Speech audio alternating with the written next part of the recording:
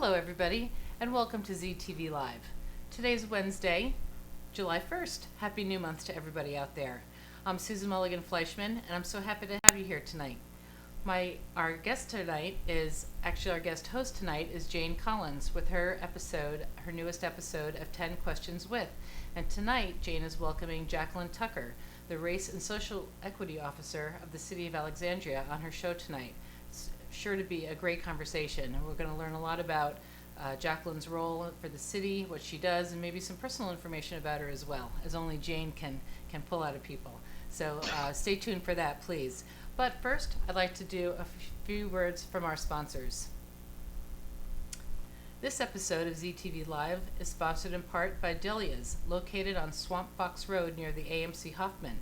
Delia's offers indoor and outdoor dining plus carry-out and specializes in brick oven pizza and Mediterranean cuisine. Visit deliasbrickovenpizza.com. Mention the zebra for 15% off your order. And by A La Lucia on Old Town's North End at 315 Madison Street. Check out their daily delicious specials at alalucia.com. They have deals on pizzas and bottles of wine to go Mondays through Thursdays. Remember to mention the zebra. And by Riverbend Bistro in the Holland Hall Shopping Center in Alexandria. With the new summer menu and specialty cocktails, Riverbend Bistro is open for business. Check out their 4th of July picnic dinner for two. Place orders by 5 p.m. tomorrow, Thursday, July 2nd, for pickup on Saturday. And if you'd like to sponsor or become an advertiser on ZTV Network, ZTV Live, or in the Zebra Press, please send us an email at ads@thezebrapress.com. That's ads@thezebrapress.com. And thank you so much to all of our sponsors for the show. Just a couple of items in the news today. Today, the Society for Science and the Public announced that a $5,000 STEM action grant will be awarded to Rosie Riveters, a nonprofit based in Alexandria that provides a fun and safe environment for girls ages 4 to 14 to play, create, and learn important skills in STEM, which is an acronym for Science, Technology, Engineering, and Math. Rosie Riveters helps girls to discover their potential. Heads-on activities are combined with an innovative mentorship style. Gender stereotypes in STEM are discussed, and students have a chance to work with women in STEM-related fields. Funds from the grant will facilitate more than 40 weeks of engaging digital STEM content. The content is designed to expand on the practices and teaching that Rosie Riveters already has in place. To learn more or to make a donation to this worthy cause, see the article in thezebra.org. The Del Rey Vintage and Flea Market will open next Saturday, July 11th. The market first appeared last June and was organized by Dr. Lauren Fisher and Amy Eggers, business women, junk lovers, and friends. Initially slated to begin again in the spring, the market was placed on hold due to the pandemic. But now, with social distancing and mask-wearing guidelines in place, vendors will welcome shoppers to the market next Saturday.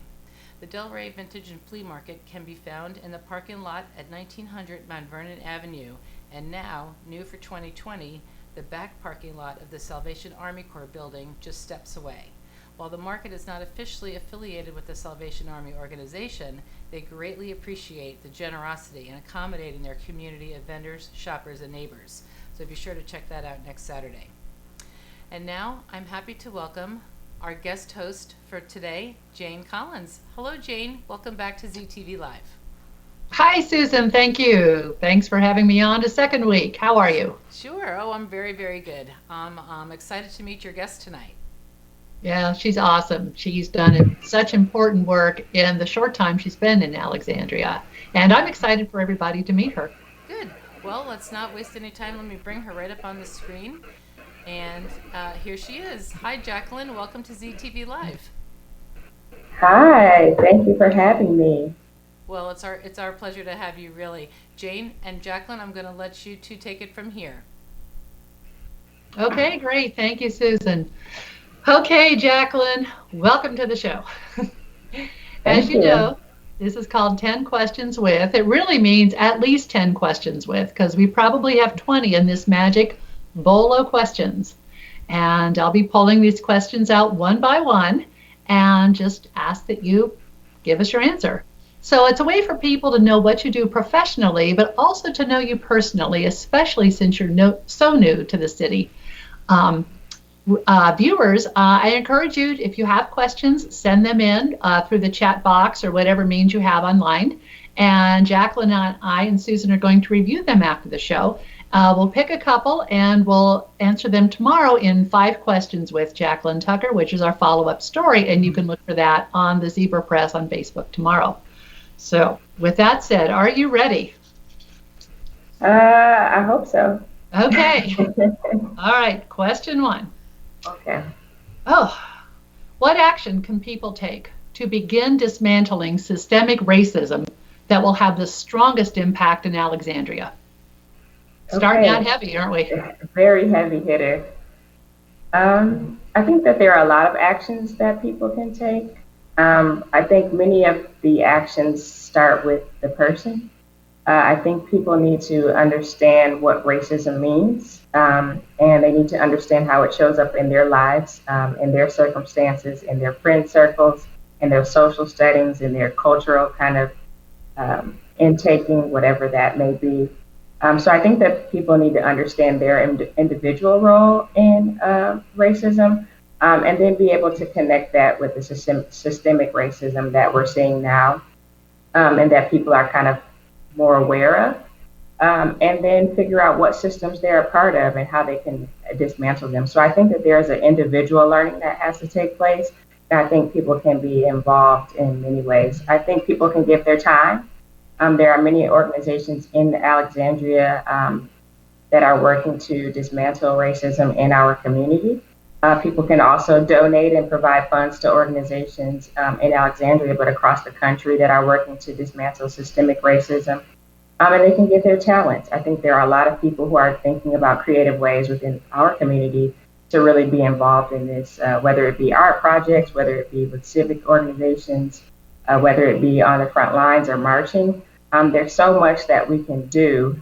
I think people can actually advocate at City Hall and with our City Council, and really speak up for what they want to see in our community. So there's so much that we can do. And I think that everybody should think about what they can actually do versus just kind of sitting on the sidelines. I don't think dismantling systemic racism is a spectator sport. We can't just watch it on TV. We have to be involved in it. I have colleagues who liken systemic racism to a moving train, right? The train will continue to go unless we're all getting on the tracks and actively pushing against it. And that's what I would like to see the Alexandria community do, get on the train tracks and start to actively push against it. Because the moment we step off, the moment one of us steps off, the train will get more momentum and it will continue to go. That's just by design of how systemic racism works in our country. Oh, great. Thank you. Thank you so much for that. Okay. Your next question, and we're going all over the map here. We're going to play 2 truths and a lie. Okay. So, and readers, I encourage you, after Jaqueline says her 2 truths and a lie, write in what you think her lie is, and we'll tell you at the end of the show. Okay, so 2 truths and a lie. I've purchased over 15 pair of sneakers during the quarantine. I have driven in presidential candidate Barack Obama's motorcade.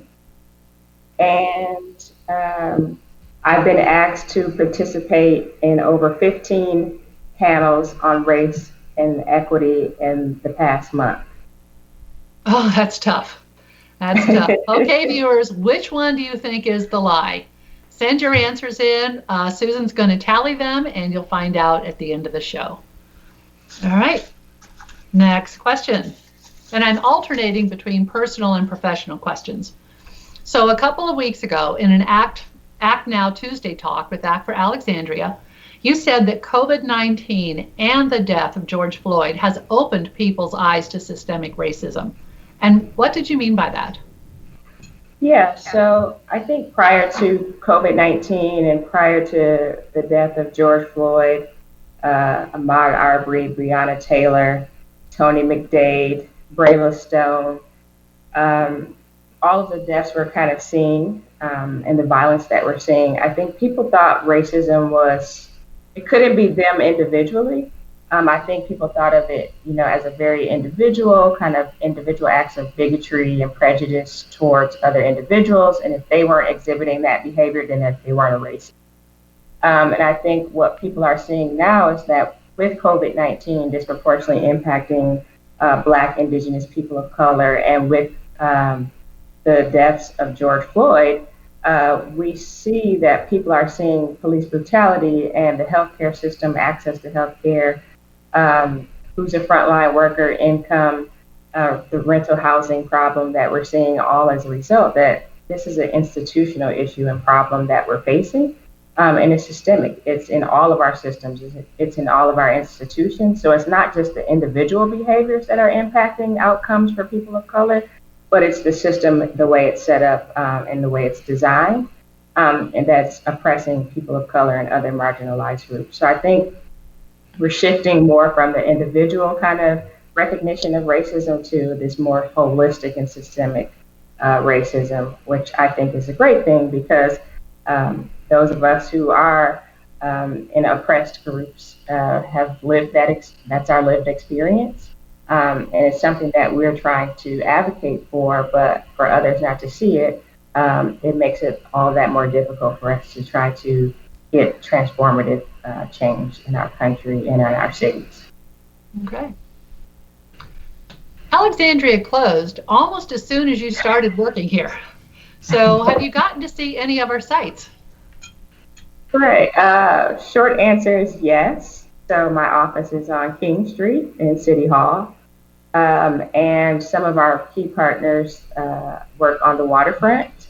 So, and actually in February and late February, we had some pretty good weather, like some 60-degree days. And so I was able to walk down on the waterfront and do a little bit of shopping on King Street.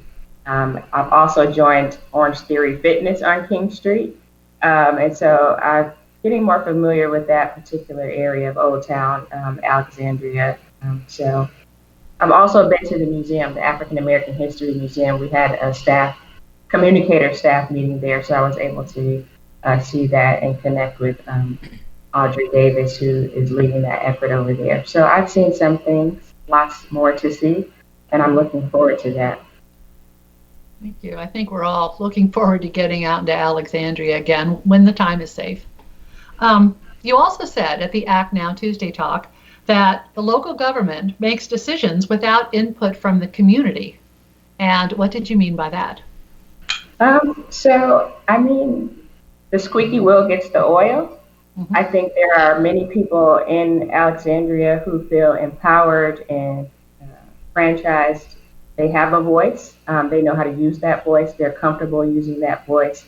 And they don't face the traditional barriers that those who don't have a voice and who have historically not had a voice face, whether that be the time of the meeting, whether that being comfortable with the subject matter, whether that be having childcare or transportation or events to public forums that are, require public input. I think we really need to hear the voices of those who are most impacted by the decisions that we're going to make, whether that be at the program level, whether that be with council policy or new ordinances. I really think we need to be in the community. We need to be asking ourselves who's burdened or who's benefiting from the decisions we're making. And we really need to invite those voices in a institutional and systemic way. If we're going to fight systemic racism, we have to be systemic in our solutions, in our policy changes, in order for it to counteract what we're currently seeing. So we really want to hear from those who are most closely impacted, and we want to create a process that gives people that opportunity to participate in ways that they're most comfortable. Okay. And so what is the craziest goal you want to achieve in life? Craziest goal that I want to achieve. I'll say nirvana. What does that even mean? So Nirvana is like this ultimate sense of oneness and peace with your being and with the world around you. Um, and anybody who's kind of practiced or studied yoga or any other um, traditional practices, you'll know that nirvana is like this state of bliss. And you're just present. And so I don't know if I'll ever get there in my lifetime, but I think it's a goal to strive for. And if I were to get there, I think that would be phenomenal, amazing. You might see like a light glowing or coming out of my body or me like floating or something like that. I don't know what it would look like. But I think having this sense of peace and oneness is something that we all should be striving for, but that would be kind of the biggest goal that I would have, is just to reach a state of contentment. Oh, well, I wish that happens. I wish that for you. I hope it happens soon. So thank you for sharing that. You started this job on February 10th as the Race and Social Equity Officer of the City of Alexandria. Is it anything like you imagined? Has it only been since February 10th? Believe it or not. Yes and no. Yes, because I think that what I'm being asked to do now is really to speak to the issues that impact people of color and other historically marginalized groups. No, because I didn't think that I would be 1 month into a job before a global pandemic hit, and I didn't know any of my colleagues or coworkers. Didn't really know how the city operated or worked, and it was kind of sent home to do video calls for the next 4 months or however long we're going to continue to do video calls and conferences. So yes, addressing the issues that I thought we would be addressing, maybe not in this way.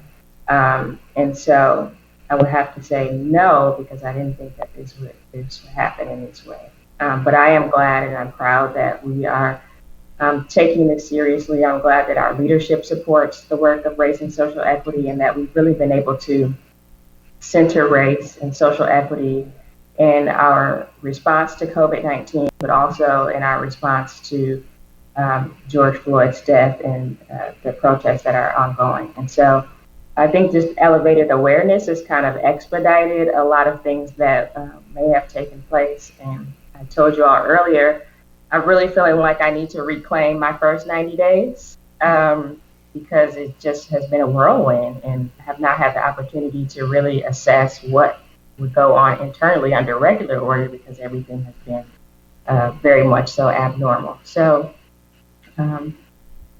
yeah. Yes, okay. Thank you.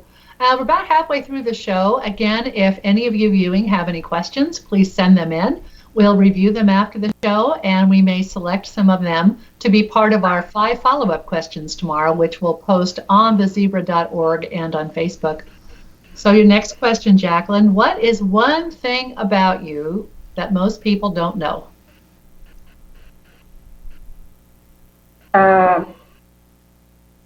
So one thing about me that most people don't know is I am a certified Vinyasa yoga instructor. Oh, really? Yeah. Actually, I knew that because there's a picture coming up of you. Oh. The picture's there. Yes. Oh, yeah. So I got certified, what year is it? 2017. There was a yoga studio on U Street. It's closed now, but it was called Buddha Bee. Mm-hmm. And I've actually been practicing yoga since I was about 16 years old.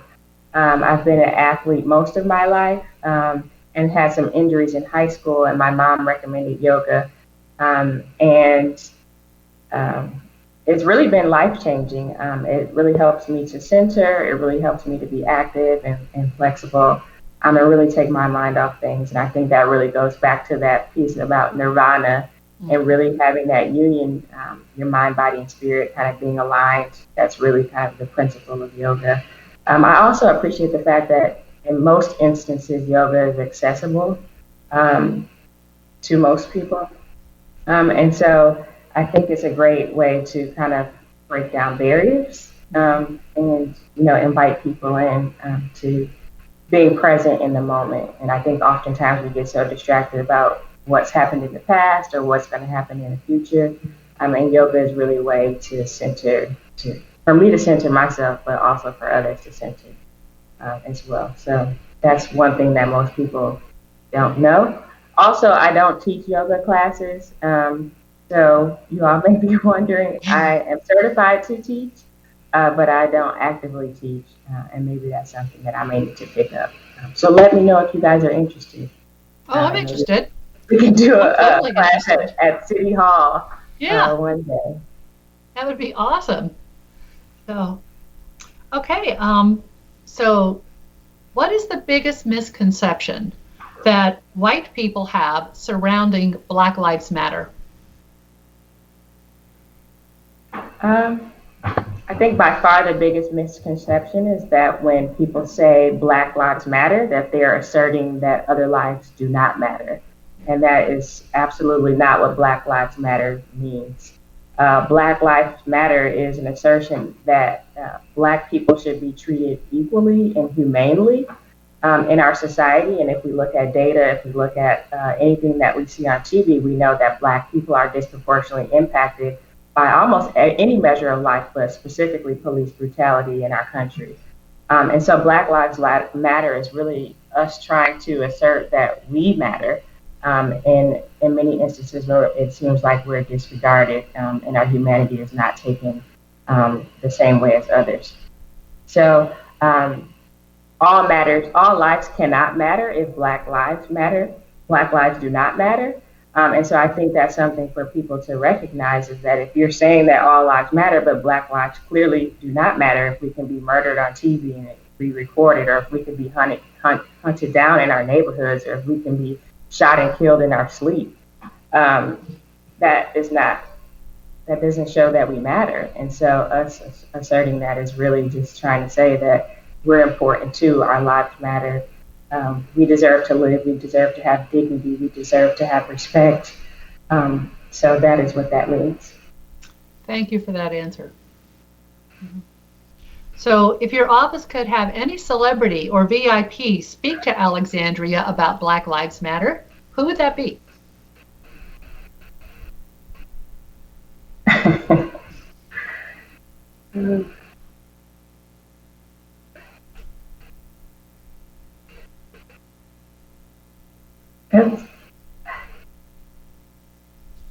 Who would it be? I think I'm going to have to say this is sort of the easy choice, but probably the most powerful and impactful. Now I'm having all kinds of thoughts. I was initially going to say Barack Obama, because I think that he understands the policy issues and some of the organized demands that Black Lives Matter are speaking to. I also think that maybe he is at a point in his career where he can maybe talk more unfiltered about the specific issues. And I also think that he still holds the respect and kind of power and authority that people would listen to. So if Barack Obama comes to Alexandria to speak about Black Lives Matter, you all can just thank me. Okay, I'll be there. So is it fun to be the first person in a newly created job? Fun. Yes, fun. Fun is not necessarily the adjective that I would use. Yeah. I will say it's fun because you get to do things like that, and I think people are genuinely curious. But I would say it's difficult. I would say it's challenging. I would say it's heavy. Yeah. And I think to be a Black woman and to be the first in anything is just kind of there's pressure, right? You have this pressure to want to succeed, right, and to do a good job and to be the best that you can be, a trailblazer, really. And so there's pressure to succeed. But I also think that this is a groundbreaking role, and I think there are not many chief equity officers or race and social equity officers in the country. And so I think that this is really a turning point for many cities and local jurisdictions that are acknowledging why we need these types of roles in our cities to really address the disparity that we're seeing. And so in the city of Alexandria, for example, the life expectancy difference based on zip code is something like 9 to 10 years. And that's just by virtue of where you live. Yeah. And so if we're going to be good stewards of government, we have to really consider what that means if you grow up in a certain zip code, if you're born in a certain zip code, why your life expectancy and life outcomes are so much different. And so that's just a lot of pressure in itself for us to even be considering. And so to be the first of something, I think it's fun because you're asked to be on ZTV and you're asked to be interviewed in the newspaper. But anybody who's known me and has talked to me, like, this role is not about me. It's really about improving the lives of Black, Indigenous people of color and historically marginalized people. I just happen to be a vessel to do that for the city of Alexandria at this time. But I truly believe that this is much bigger than me. It's much bigger than our city. It's much bigger than Virginia. Like, this is a global effort and movement that we all have to be committed to. And so I'm committed to doing that for the city at this time, and I'm grateful for the opportunity to be here and to be doing that. And that segues perfectly into the next question. From your vantage point, what can Alexandrians do to make our community stronger? Wasn't that the first question?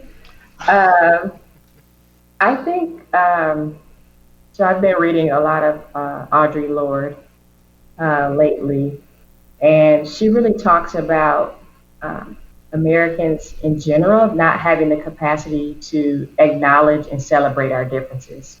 Our differences are often thought about as things that should be shunned and stigmatized.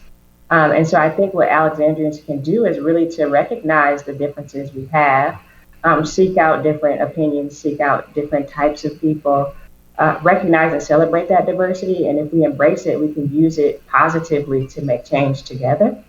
And I think one of the things that's important about what I do in my role is, yes, we're targeting, historically marginalized groups and populations, but if we improve the lives of those who are the most oppressed in our city, by default, we're going to improve the lives of all Alexandrians. And really, that's the goal, is to make sure that all boats rise. We're one of the most prosperous cities in the country, but not prosperous for everyone. And so really the goal is to make sure that everybody is prosperous in our city, and what can we do to achieve that? And so I think embracing differences, I think understanding the true landscape of our city, understanding disparity, and really working to, be more open and be more interested in the lives of other people. Do you have a roommate? Switching gears on you. No, yeah. I don't have a roommate, but I do have a dog. Mm-hmm. And I have a 2-year-old Labradoodle named Huey P. And Huey's on screen right now. Everyone's meeting Huey. And so, yes, Huey and I are keeping each other company. And he has lots of energy, so we walk daily. He's getting me outside, and so that's a good thing as well. So everybody say hi to Huey, and when we have the opportunity, you can find us at a local dog park. Huey also goes to daycare at Dogtopia in Alexandria. So that is my little buddy. Okay. Well, look for him when you're walking him on the waterfront. Yes. So your job, the Race and Social Equity Officer of Alexandria, what is the relationship between that office and City Council? Mm-hmm. So my role sits in the city manager's office, and I report directly to Deputy City Manager Deborah Collins, but also work very closely with City Manager Mark Jenks and the other deputy city managers in our office. And the city manager is appointed by the city council to kind of run the government operations of the city. And so my relationship with the city council is to kind of help them work through any of the objectives that they have. And that relates specifically to race and social equity, and to be a liaison to them, and some of the work that we're going to be doing internally with city employees and helping us to, execute and implement our race and social equity policies at the city. So I have met more city council members via Zoom in the past few weeks than before. I have not met all of them, but again, our goal as city manager's office is to execute kind of the will of the people through city council, and to really improve the lives of all Alexandrians. And so that is my relationship to city council, is to kind of be an advisor, but also a strategic thought partner and somebody who helps them to implement their goals and aims. Okay. Well, we have 3 questions left. We're going a little bit over, but that's okay. And I also encourage, again, viewers. Yes. Oh, Susan? Yes, I'm so sorry to interrupt, but I was going to say I do have some input on the 2 truths and a lie, and we only have 5 people have weighed in, so I'm not going to read it yet. I'm going to viewers, please, go ahead and see which of the 2 truths and a lie, which one is the lie. And also, we had a couple of people wanted to know, Jacqueline, what your background is. Where you came from, and how does one become a race and social equity officer? If I could interrupt Jane with that question. It's a question from the audience. Better question than what I have. Well, when you said background, I immediately thought about what was behind me. And if anybody's watching the news and you're on social media, there's these accounts that rate your background. Yes. Your plant is not center, or your picture for balance. And so those are my favorite accounts to follow right now. I rate your background looks stunning. You got a 10 on your background for sure. Great. So I'm originally from Grand Rapids, Michigan, born and raised in Grand Rapids, Michigan. I went to college at Butler University in Indianapolis, Indiana, and I studied political science at a minor in Spanish and peace studies. From that point on, I went to Houston, Texas, and I taught 6th and 7th grade reading in Houston, Texas, 3rd Ward. For 2 years, and then after that, I went to Howard Law School in Washington, D.C. Took the Texas bar, passed the Texas bar, and in law school realized that I didn't want to practice law. I wasn't really bridging the gap between wanting to help my students, or young people who look like my students who are being failed by our education system, and that's why I went to law school. To really figure out the laws and the policies and the procedures that were leading to this systemic and institutional racism that I was seeing play out in my classroom. So worked for Deloitte for a while, and then worked for education policy tank in DC. And then I started to work for the Government Alliance on Race and Equity. I was their first East Region project manager. And GARE is a nationwide membership organization that focuses on local and regional government that want to commit to race and social equity by evaluating their policies, programs, and procedures. So I was able to do that. How you become a race and social equity officer, there's no blueprint. And I think that goes back again to this being bigger than me. This is a new role, right? And this is not necessarily something that I projected for myself when I was 10 years old. It's really kind of a calling, and I think it's just a part of a larger path and goal for my life. I think if you're interested in this work, I think there are lots of opportunities to plug in. There are lots of organizations. And if you're interested in my current role, they're hiring a replacement. So just a plug for Race Forward if you're interested in Government Alliance on Race and Equity, that they're hiring good people. So that's the quick and dirty of my background, but not this background. Well, you said if you're interested in my job, they're hiring a replacement. So you're not like quitting, are you? Not my current job, my former job Ah, was there. okay. Thank you for clarifying. Scared us. Yeah, Yeah. no. Hopefully I'll be here for a while. Yeah, I hope so. So what is your guilty pleasure? My guilty pleasure is reality TV. And Kardashians? no, not Kardashians. I gave that up a few years ago. My favorite show right now is 90 Day Fiance. Oh my gosh. No. Um, it's very entertaining. Yeah. If you haven't watched it, it's on TLC. Basically, people meet people online and they fall in love, and usually they're in other countries, and so they have like this 90-day period to either go to the other country and get married so they can get a visa, or to bring the other person back to the United States, or they can move there permanently. And it's just all of the challenges that people go through to hopefully find love, but most of their relationship is played out online, and so um, there's like it's comedic, but it's also sad, but it's also real. I think it speaks to what we all want and desire, and that's kind of love and relationship. Yeah. Yeah.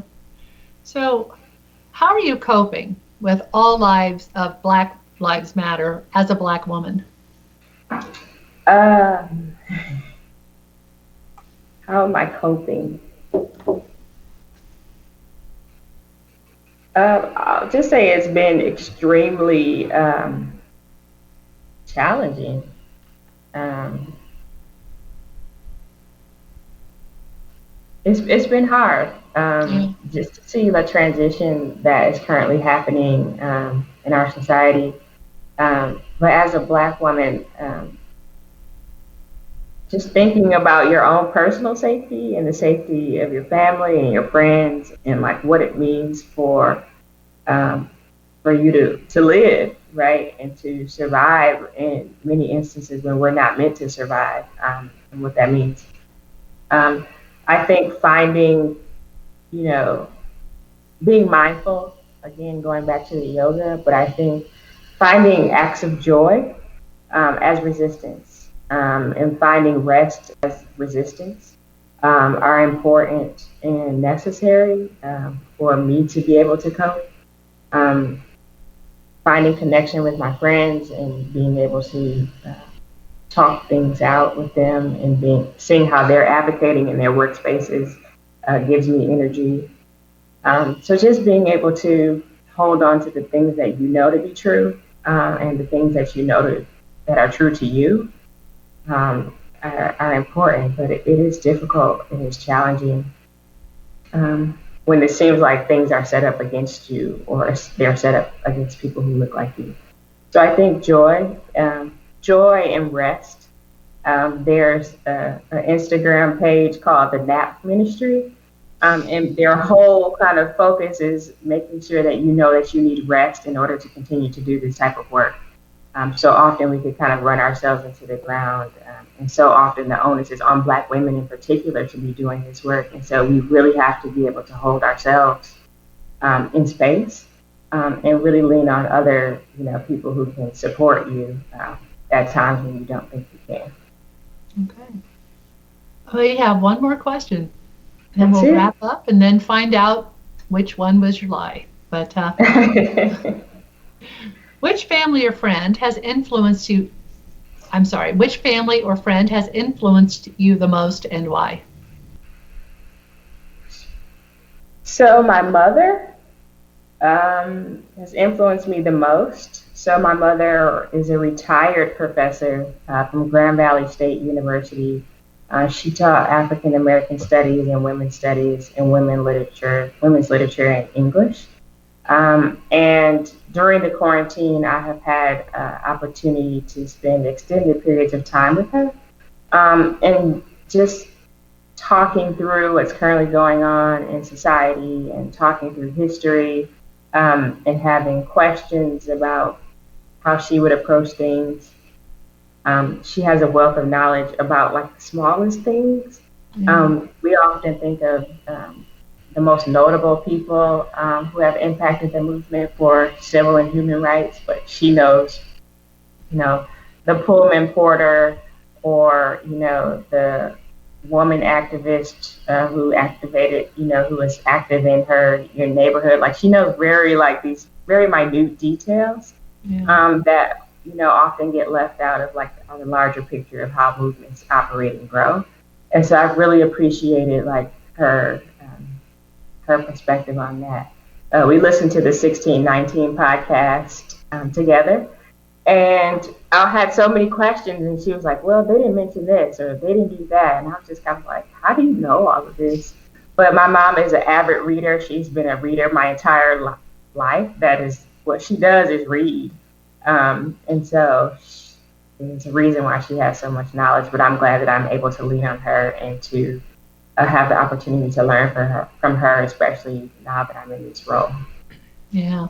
Well, thank your mother for you, from all of us. I'll make sure that she watches it on YouTube. There you go. So as we wrap up, is there anything else you want to say? And which one was the lie? Wait, before you give the lie, do you want to know who guessed what, Jaqueline? What do you mean by no? Well, I can tell you who guessed what the lies were and what they were. Oh yeah. Let's hear it. I think some of these might be your friends. Taylor Kim. Oh No? yeah. Okay. Or Probably. Jasmine Jones or Whitney Smith. Oh yeah, those are my family members. Hi, family. Well, Whitney guessed the lie was the Obama motorcade, as did Taylor. Jasmine Jones thought that the lie was that you bought all those shoes or sneakers.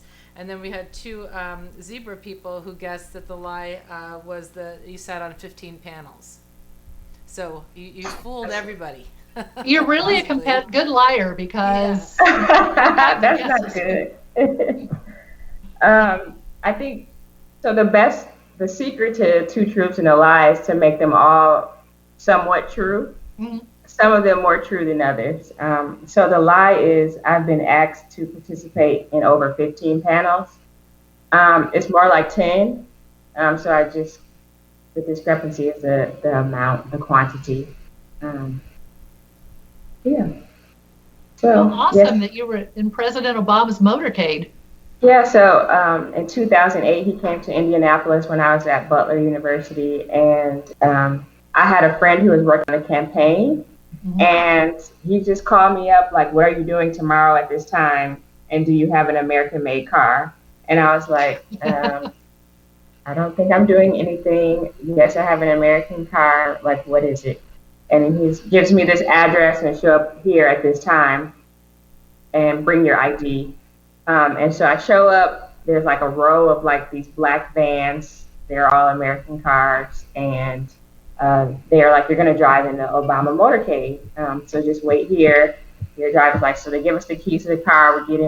I get in the car, and then Obama comes from the airport. They line us up, and we just drive through the city of Indianapolis, going to all of his events for the day. I should have included a picture of me with Obama. Actually, I hadn't thought of it. Maybe you can put it in the 5 questions follow-up. Send it. Yeah, we'll put it in the 5 questions. And so drove through the city. At the end, all of the motorcade drivers, he stood at the jetway and took pictures with all of us individually. And I have a picture with Barack Obama, and I think that's the only time that I've met him like one-on-one in person. But yes, it's interesting to drive in a motorcade because you just have carte blanche on the road because they cut off every street. But yeah, that's an experience that I've had. Oh, well, Jaqueline, this has been wonderful. I'm getting the it's time to go signal. But we'll, the 3 of us are going to talk. You, me, Susan are going to talk offline afterwards, and we'll come up with 5 more questions. Viewers, thank you for watching. This was so great, Jaqueline. Thank you for coming. You've just given us so much. I would love to have you come back. Thank you for having me. Yeah, we'll post this video tomorrow. We'll follow up with 5 questions, and back to you, Susan. Great, Jane. Thank you so much. And Jaqueline, thank you as well. What a wonderful insight, your honesty, and your eloquence, and answering the questions, and really opening up all of our eyes to so many of the issues that we're hearing every day, but to see you speaking so purposefully about it gives us a little bit of hope that you are in where you are. Hopefully can see us, help us through it. So thank you, and thanks for coming on ZTV Live. And we'll talk to you in a minute. And with everybody else, I'm going to say good night from ZTV Live for tonight. Please tune in tomorrow night. We will have Virginia Amos here with the Virginia Amos Show, and her guest will be Joanna Rubini of Rubini Jewelers in Old Town, which has been around for a long time, nearly 50 years, and they have a real specialty in an interesting line of jewelry. So you should tune in tomorrow night to learn all about that. Thank you again to our sponsors, to David McClure, executive producer, to Mary Wadlin, our wonderful head honcho of all the Zebra Enterprise. And until then, till we see you next time, be sure to be the good news in someone's life.